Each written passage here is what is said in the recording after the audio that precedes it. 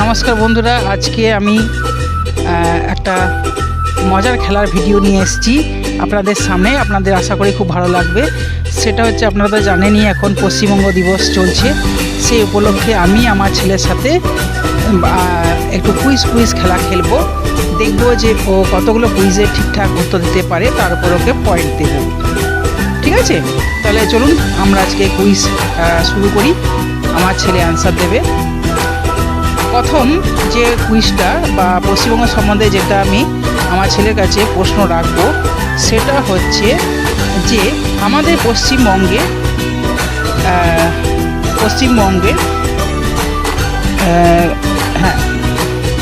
আমাদের পশ্চিমবঙ্গে খুব সহজ একটা প্রশ্ন করছি যে আমাদের রাজ্য পশুর নাম কি? উত্তর দাও। আমাদের রাজ্য পশুর নাম হলো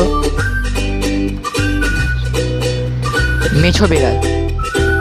ঠিক, একদম ঠিক বলেছে উত্তরটা। তাহলে 1 পয়েন্ট। চলো এবার দ্বিতীয় প্রশ্ন একটা করছি।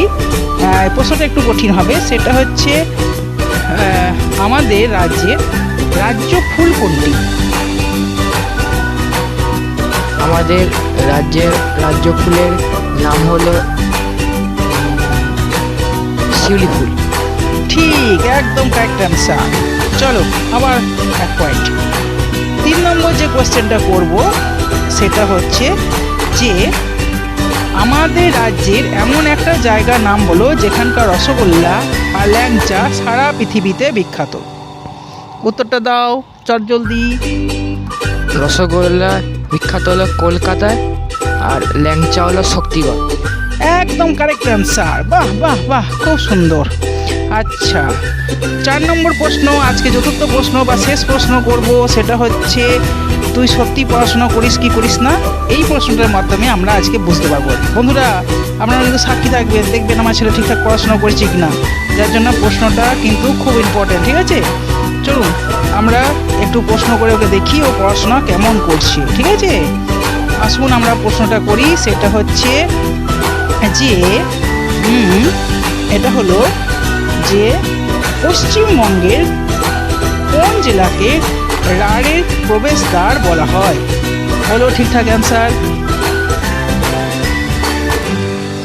পশ্চিমবঙ্গের রাঢ়ের প্রবেশদ্বার বলা হয় পশ্চিম বর্ধমান জেলাকে।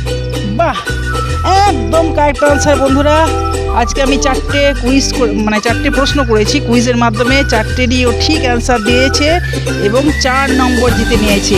একটা হাততালি হয়ে যাক।